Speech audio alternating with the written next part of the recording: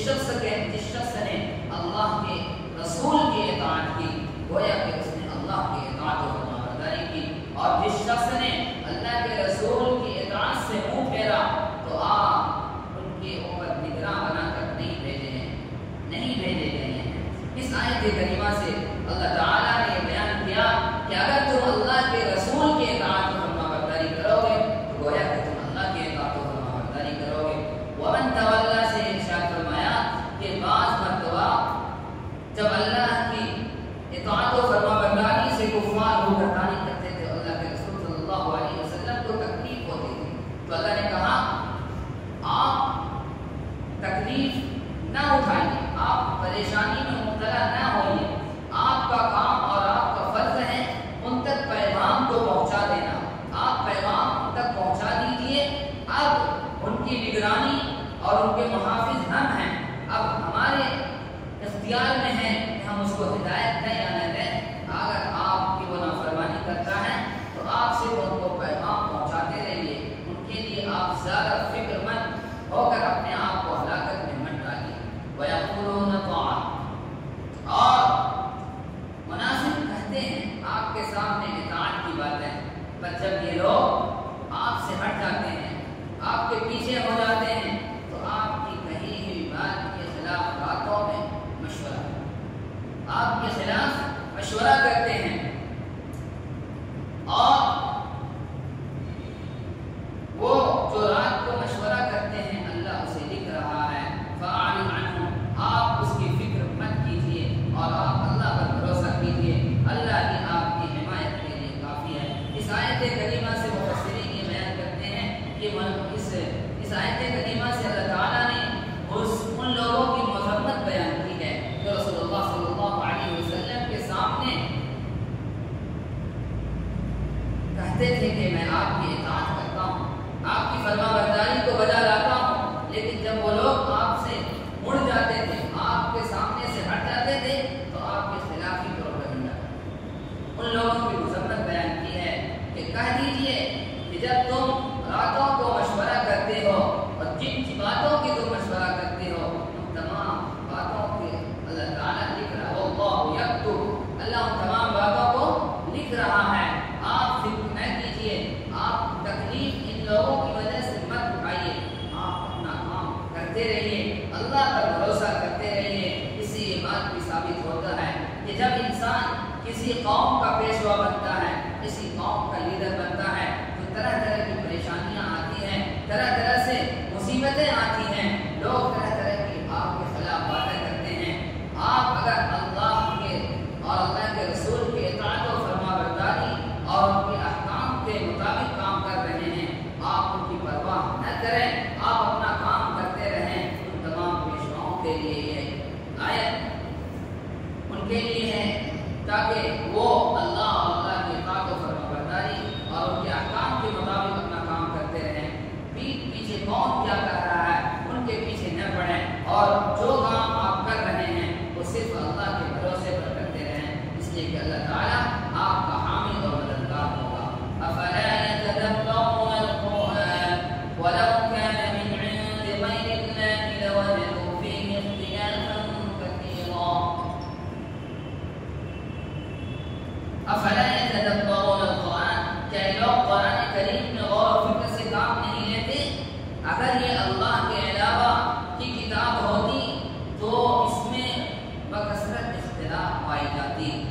اس آیت کریمہ سے ہر انسان کو یہ نصیحت اللہ تعالیٰ کرنا چاہ رہے ہیں کہ جب تم قرآن کو پڑھو تو قرآن کے اندر غور و فکر کرو، قرآن کے اندر تدبر کرو، اپنی صلاحیت کے اعتبار سے تدبر کرو۔ یہ نہیں کہ تدبر اور غور و فکر کرنا صرف امام اور مجتہد کا کام ہے، بلکہ امام اور مجتہد جب قرآن میں غور و فکر کرتے ہیں تو کئی ہزار مسائل کو استعمال کرتے ہیں، لیکن آپ بھی غور و فکر کریں اور غور و فکر سے قرآن کو پڑھیں تو آپ کو اس کے اندر تفاوت اور تناقض نہیں ملے گا۔ بعض لوگ صرف تلاوت کرنے کی وجہ سے اس کے اندر اس زمانے میں تفاوت اور تناقض اور اختلاف اور کثرت اختلاف کا شکار ہوتے تھے، اس لیے ان کو کہا کہ آپ غور و فکر کریں گے تو قرآن کے اندر آپ کو کوئی بھی اختلاف نہیں ملے گا، اس لیے کہ یہ کسی انسان یا بشر کا کلام نہیں ہے۔